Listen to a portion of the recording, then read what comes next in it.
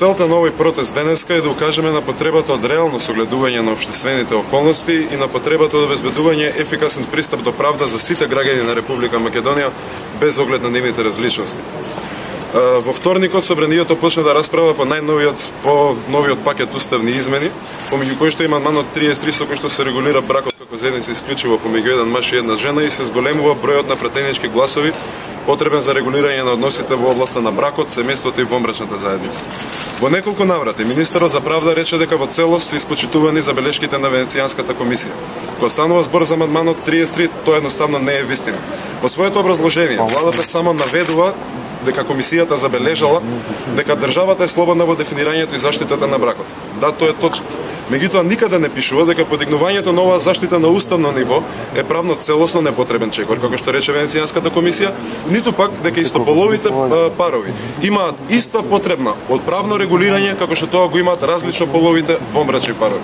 Оваквата формулација на амандманот, изголемувањето на бројот на претенички гласови потребни за регулирање на овие области, не само што не е во согласно со забелешките на Венецијанската комисија, туку само ги уцврстува веќе постоечките дискриминирачки и исклучувачки закони во македонскиот правен систем.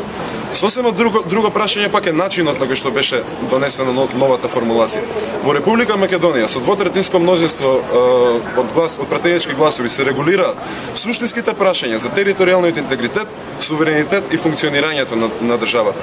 Поставувањето на семејното право помеѓу овие области е нова материја која спротивно на член 131 од Уставот на Република Македонија претходно не беше опфатена во јавните дебати кои што претходеа на оваа формулација.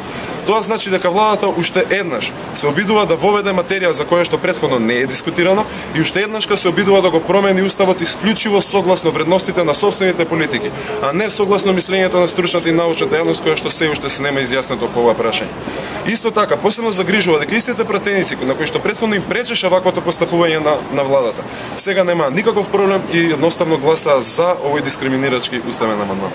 Гласањето по уставниот амандман за дефинирање на бракот заедница исклучиво помеѓу еден маж и една жена, во услови на политичка криза, кога опозицијата надвор од парламентот, кога има бројни прекршувања на уставот, кога практика стана редовна практика овие последни месеци и го обезвреди, го деградираше уставот на ниво на парчето лепна хартија, кога имаме услови на 25% сиромаштија и 30% невработеност, кога нижиме неславни рекорди во повеќе полиња како медиум, слобода на медиуми и ниво на мизерија, а уште повеќе кога ЛГБТ лицата во Македонија се изложени честопати на напади, на физичко насилство, случаи кои повеќе од 2 години стојат без никаква разрешница од страна на надлежните органи, полицијата и јавното обвинителство, е повеќе од апсурдно, гротескно и неинтелигентно.